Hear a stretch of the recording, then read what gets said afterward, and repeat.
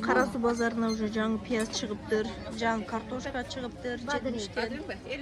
Servis paka çıkılı eken. Birinci, Eski kartoşka 60'tan, жаңылары 70'ten eken.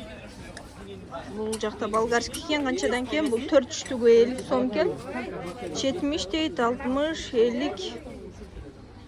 Көріңіз.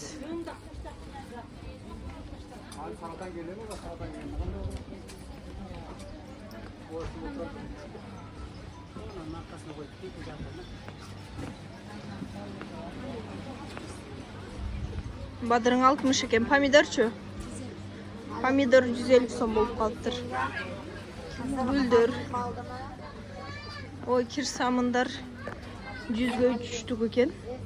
Ким қара екен бұл самынды? Сіз беже? 3 штук беріңші.